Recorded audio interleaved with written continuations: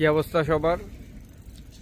সবাই আসলে জানেন যে এখন বাংলাদেশে কি ঘটতেছে, গত এক সপ্তাহ ধরে কি ঘটছে কাউকে বলার দরকার নেই। তো আমি এখানে 2 মিনিট কিছু কথা বলার জন্য আসছি প্রবাসী ভাইদের জন্য। আমি নিজেও দেশের বাইরে থাকি, পড়াশোনা করি, আল্লাহর রহমতে টাকা পয়সা কামাই, টাকা পয়সা অনেক বাড়িতে পাঠাই।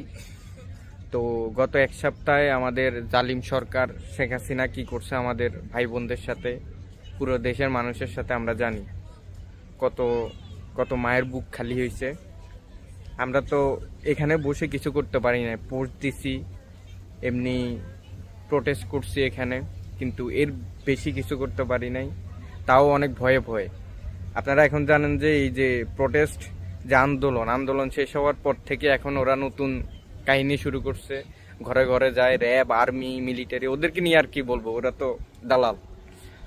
তো আমি প্রবাসী ভাইদের জন্য একটা কথা বলবো, যারা দেশের বাইরে আছেন, আমরা তো যুদ্ধ করতে পারি নাই, যেহেতু যুদ্ধ ওইভাবে করতে পারি নাই, ফিজিক্যালি করতে পারি নাই, কিন্তু আমরা রেমিটেন্স দিয়ে আমরা যুদ্ধ করতে পারি। আমি এখন 2টা ভিডিও ছাড়বো, এই 2টা ভিডিও দেখেন।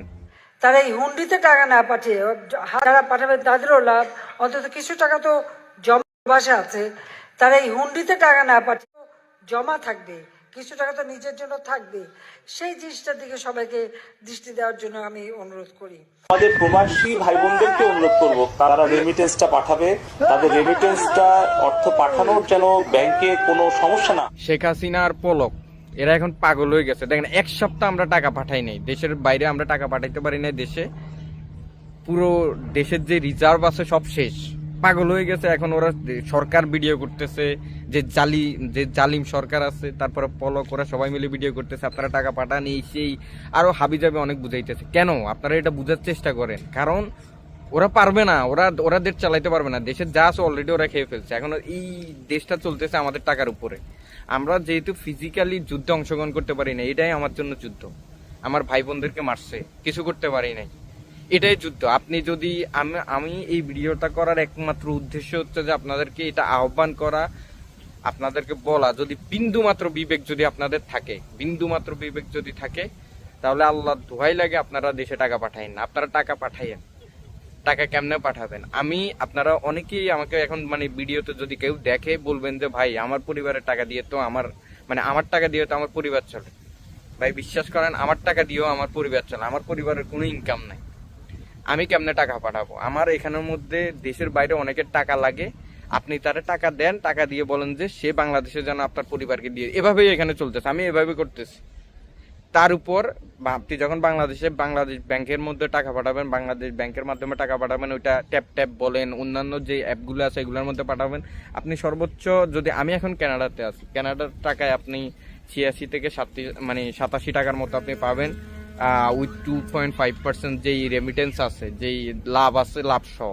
কিন্তু আপনি এখানের মধ্যে অনেক স্টুডেন্ট, আমার পরিচিত 3-4 জন আছে, আমাকে বলতেছে ভাই আমাকে টাকা দেন, আমি আপনাকে বাংলাদেশে দিয়ে দিব, আমি আপনাকে 90 টাকা রেট করে দিব। তো যারা টরন্টোতে আছেন, যারা পুরো কানাডাতে যারা আছেন, ইউএসএ তে যারা আছেন, ভালো ভালো দেশগুলোতে যারা আছেন, যারা এগুলা জানেন, যারা শিক্ষিত, খুব শিক্ষিত, যারা দুবাইতে আছেন, ওরা খুব করতেছে, আমি ভিডিও দেখতেছি, ওরা দিতেছে না, পাঠাইতেছে না। তাহলে আমি আর আপনি তো আরো ভালো অবস্থানে আছে। আমরা তো এগুলা একরকম যুদ্ধ করা উচিত। আল্লাহ দোয়াই লাগে আপনারা টাকা পাঠাইয়েন না, আপনারা হুন্ডির মাধ্যমে পাঠান অথবা এখানে কাউরে দেন, তারা বাংলাদেশে আপনার পরিবারে দিয়ে দিবে।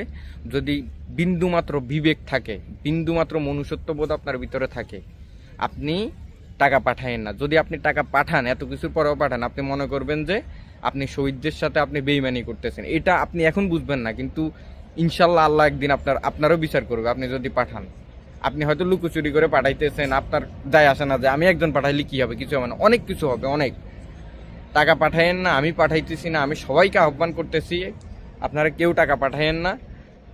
আমার এই ভিডিওটা করার একমাত্র উদ্দেশ্য আপনাদেরকে এটা বলা, কেউ টাকা পাঠাইয়েন না। এই সরকার, এই জালিম সরকার একদিন পতন হবে ইনশাল্লাহ। সবার পতন হয়েছে, যত জালিম আছে, যত জালিম আসছে এই পর্যন্ত, আল্লাহ কাউরে রাখে নাই, এরাও রাখবে না। এই দেখবেন যে পাগল হয়ে যাবে। এক সপ্তাহ, আপনি 1 মাস টাকা পাঠায়েন না, 1 মাস টাকা পাঠায়েন না, দেখিয়ে নেই সরকারের কি হয়। আপনার এই টাকা পাঠান, আপনার এই টাকা দিয়ে সে পুলিশকে চালায়, মিলিটারি চালায়, আর্মি চালায়, আর বাকি অর্ধেক টাকা তো দেশ থেকে আবার বিদেশে পাচার হয়। কে পাচার করে? আপনারা ভালো করে জানেন আমি কোনো রাজনৈতিক কোনো কিছুতে নাই, আমি হচ্ছে মনুষ্যত্বর দিকে। আমি আমার ভাই বোনদের সাথে যারা মারা গেছে, সো এটা হচ্ছে যে আমার আহ্বান, আপনারা কেউ টাকা পাঠায়েন না, আর সবার জন্য দোয়া করবেন যারা শহীদ হয়েছে তারা যেন আল্লাহ যেন তাদেরকে জান্নাতবাসী করেন। আমরা কিছু করতে পারি নাই, কাপুরুষের মতো এখানে ছিলাম, লুকায়ে লুকায়ে ছিলাম, এখনো লুকিয়ে আছি। সো আল্লাহ আমাদের দেশকে আরেকবার স্বাধীন করবে ইনশাল্লাহ, কখন করবে আমরা জানি না, তবে ওই দিনের অপেক্ষা। আজকে আমি এখানে বসে বললাম একদিন আমাদের দেশও স্বাধীন হবে, এই জালিম সরকারের পতন হবে ইনশাল্লাহ। সবাই দোয়া করবেন। দেখেন একটা পার্কে বসে আছি আমি, কত সুন্দর, সবাই পিকনিক করতেছে, কোনো টেনশন নাই। ইভেন এখানে যদি কারো চাকরি না থাকে সরকার তাদেরকে প্রোটেক্ট করে, সরকার তাদেরকে টাকা দেয়, সরকারের উপর মানুষের আস্থা। এখানের পুলিশ যে কি, আর বাংলাদেশি পুলিশ অমানুষের বাচ্চারা, জানোয়ারের বাচ্চা, দালালেরা।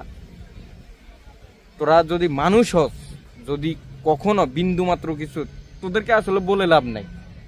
এগুলার পোলা মাইয়া, আমার মনে হয় যে এগুলা ছেলে মেয়ে যদি কখনো মারা যায়, এগুলা তাও ওই যে যাইয়া হাসিনার পা চাটবে। যাই হোক, এটাই ছিল আমার মানে ভিডিওর উদ্দেশ্য। কেউ যে, আমি জানি না আমার ভিডিও কেউ দেখবে কিনা, কেউ দেখে না আমার ভিডিও, হয়তো দেখবে না, বাট আমি আমার দিক থেকে বললাম যে আমি এই রেমিটেন্স বন্ধ করব, আমি পাঠাবো না, আমার দিক থেকে আমি পাঠাবো না, আপনারাও পাঠায়েন না। আল্লাহ হাফেজ।